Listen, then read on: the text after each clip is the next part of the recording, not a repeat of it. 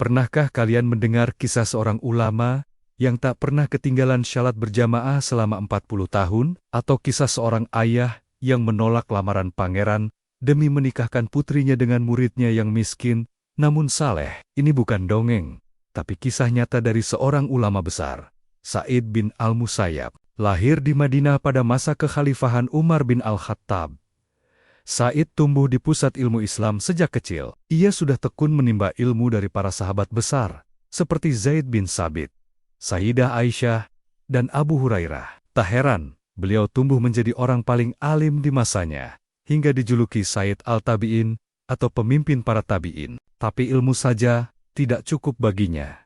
Ibadahnya luar biasa. Bayangkan, selama 40 tahun penuh, beliau tidak pernah ketinggalan takbir pertama imam dalam sholat berjamaah. Beliau pernah berkata, "Aku tidak pernah mendengar azan, kecuali aku sudah berada di masjid."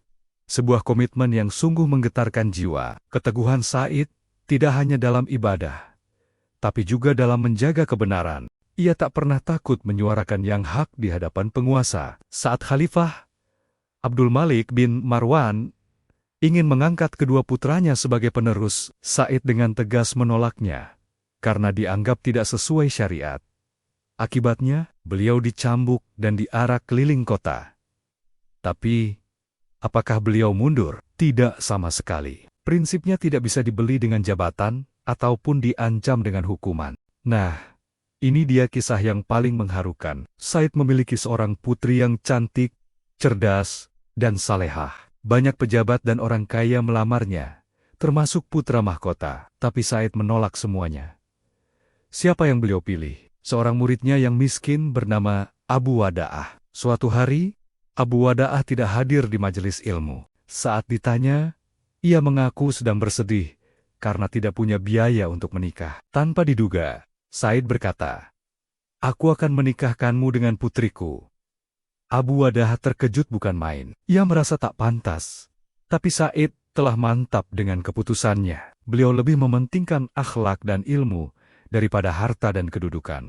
Kisah ini menjadi teladan abadi bahwa kemuliaan seseorang terletak pada ketakwaannya, bukan pada status sosialnya. Sa'id bin Al-Musayyab wafat pada tahun 94 Hijriah, meninggalkan warisan ilmu dan keteladanan yang tak ternilai. Imam Malik bahkan berkata, "Aku tidak mengenal seorang pun di Madinah pada zamannya yang lebih utama daripada Sa'id bin Al-Musayyab." Semoga kisah ini bisa menjadi inspirasi bagi kita semua untuk terus berpegang teguh pada ilmu, ibadah, dan kebenaran. Terima kasih sudah